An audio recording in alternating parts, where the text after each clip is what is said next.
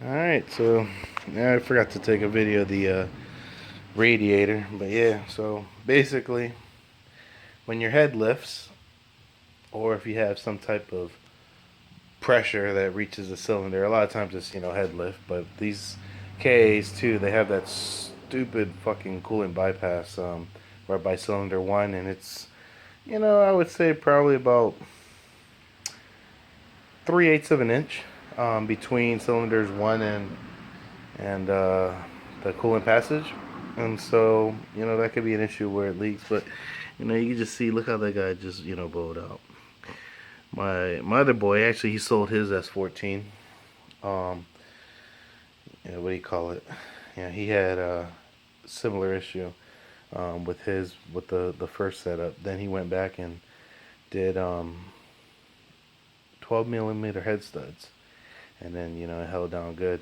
Uh, Yeah, these were the Saturn studs that had caused that. And then there goes, if you guys know about that, it's a Ford Taurus SHO fan. I think low speed is, I think like 400 CFM, and then high speed, which is running at 40 amps, that is over 500.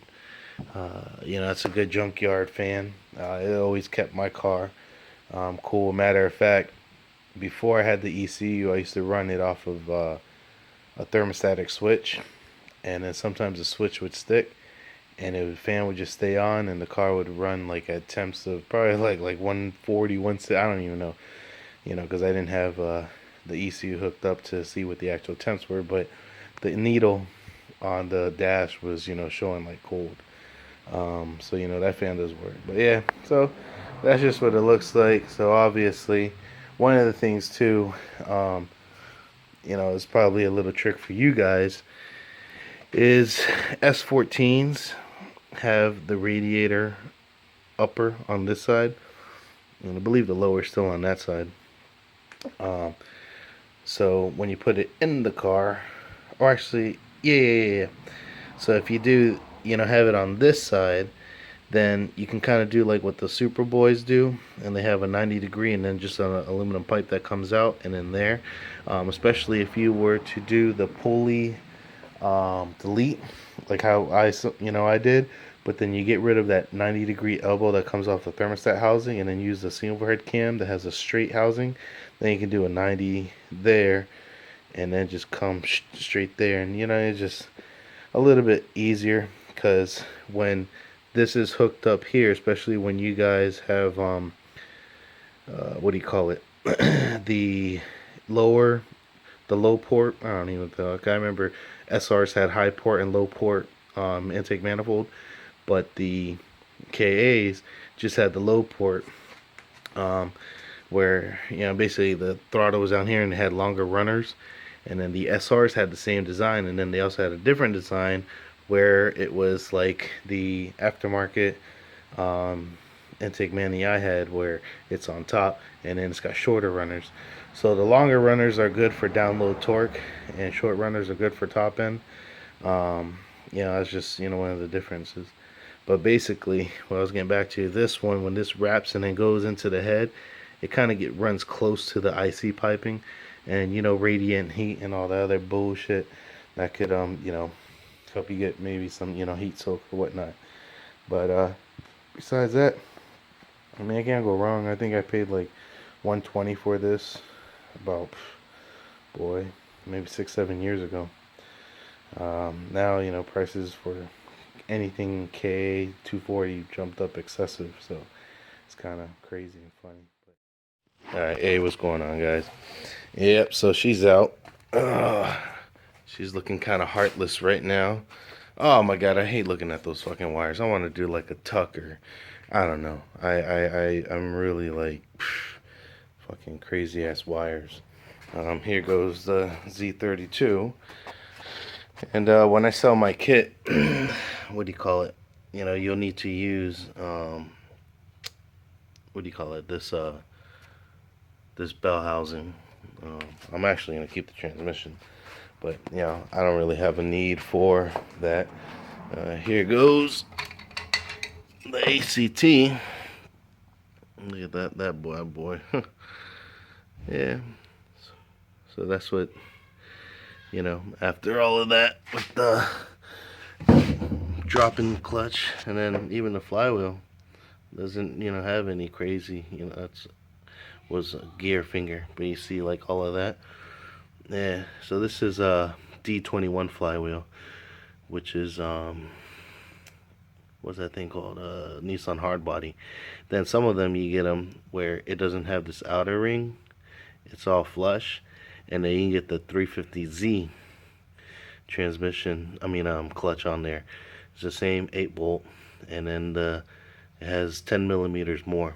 So and then with that, it's this one's 240, and then of course if it's 10 millimeters more, the other one's 250. So this guy looks way bigger than a fucking stock K clutch, because those are 225.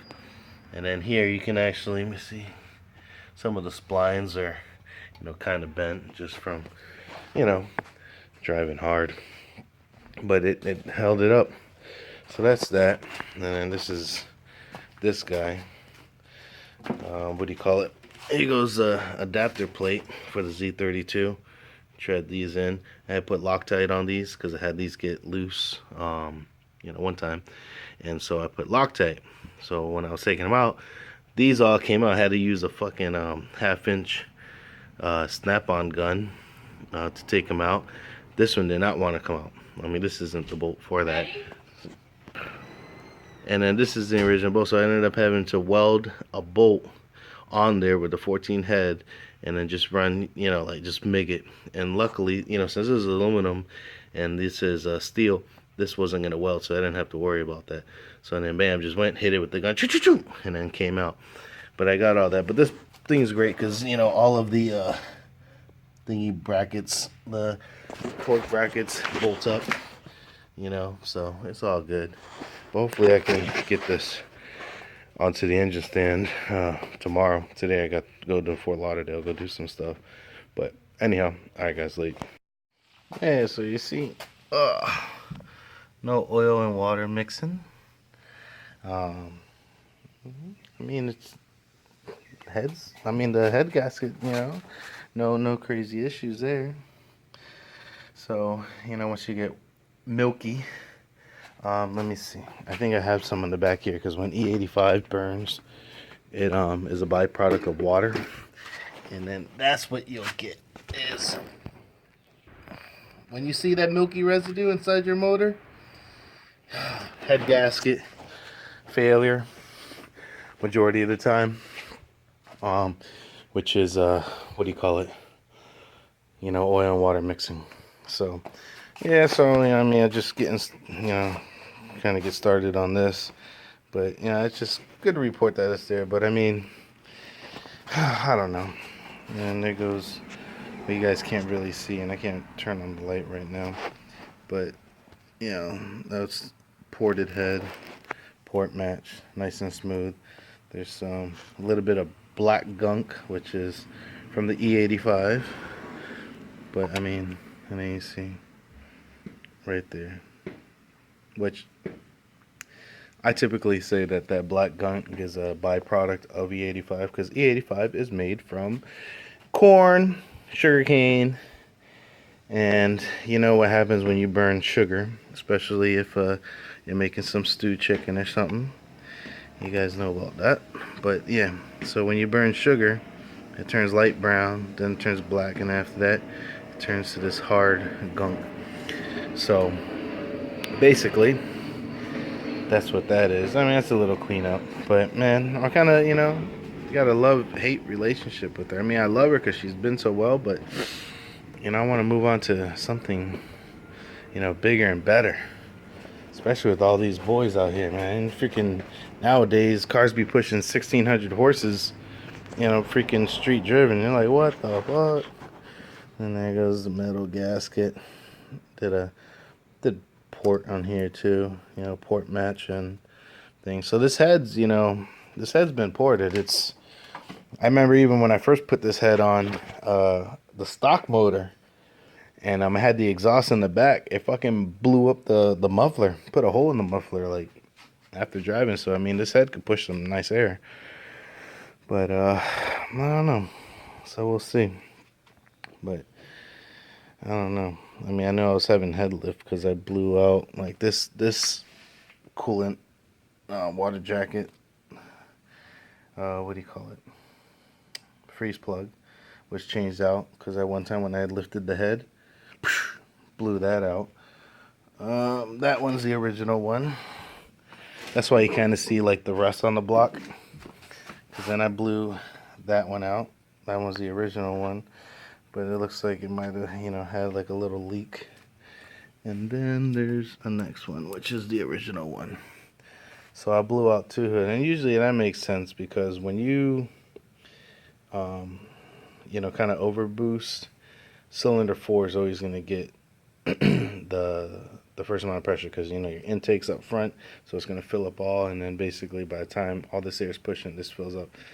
So I mean, that's just one of the issues. But I'm over here just rambling while this guy's thing. So hopefully I can get all the accessories off, take off the head, and then open up the block and see what's up. But kind of tied up. Got, what's that thing called today? Super Bowl. And got a party to go to at 2. So I'm not much of a football player. So, I mean, football watcher or even player. I mean, actually, I do like to play football. But, as I'm watching, sports, I'm kind of like, eh. But I just go for the food and I guess the good plays. But, all right, then. Talk to you guys later. Alright, so I said, fuck this. A lot of fuck's been going on because, if you don't get shit started, you're not going to get it done. But I just want to give you a little tip. When you're looking at these cam caps, you see that E that's stamped on and it shows an arrow? That is exhaust facing to the front of the motor. So here goes E2, E3, E4, E5. Same for the intake. Intake arrow. I2, I3, I4, I5, I6. So, because typically what I like to do, but I'm not planning on putting this motor back together, is like I'll get like a cardboard and then put out the valve train. Do intake, exhaust, and then just kind of mount everything. But I'm just gonna put these cam caps back on, where they go. But it's really, it's kind of just like a PSA that if you mix these up, I've seen it happen firsthand, and we figured out the issue, and it was a simple issue because this is it. We noticed we were doing work on an SR, and the SR came back from the machine shop. There was nothing wrong with the head, but the bottom end rotated fine. All right, so we had the bottom off, and then the head was put on, and the valves, we started, not the valves, but the cams. So we started putting on the cams, and we started tightening the caps one by one. We started here, and then, there, whatever, and we started rotating, and then the motor started locking up. Well, this is what happens when you come behind somebody who already started the work. They had a couple of the cam caps, mixed up, swapped. And all of these, there's the line board that you can do, whatever, yada yada yada, but there's a reason why they're all stamped. And that's just so if you guys ever drop these and you're like, oh man, I don't know where it goes, or whatever, just pay attention to that stamping, and then you should be good to go. See, I got light in there. I haven't looked at these bad boys yet.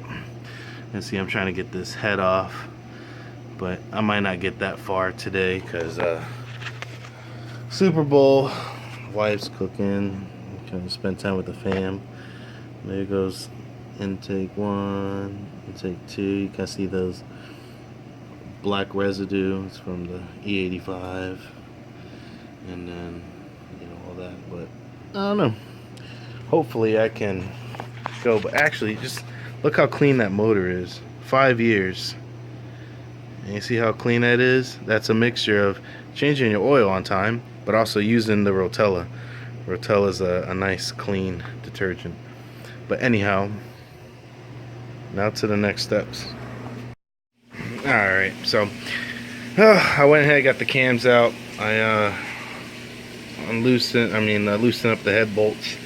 And I see, as I always put, you know, like if I can put bolts back and stuff where, you know, they won't bother, rather than putting them in a bag or something, then I'll do that. So now I just got to remove the front timing cover and then loosen the bolts, and then bam, slide that head off, and then see what's playing off down in those cylinders.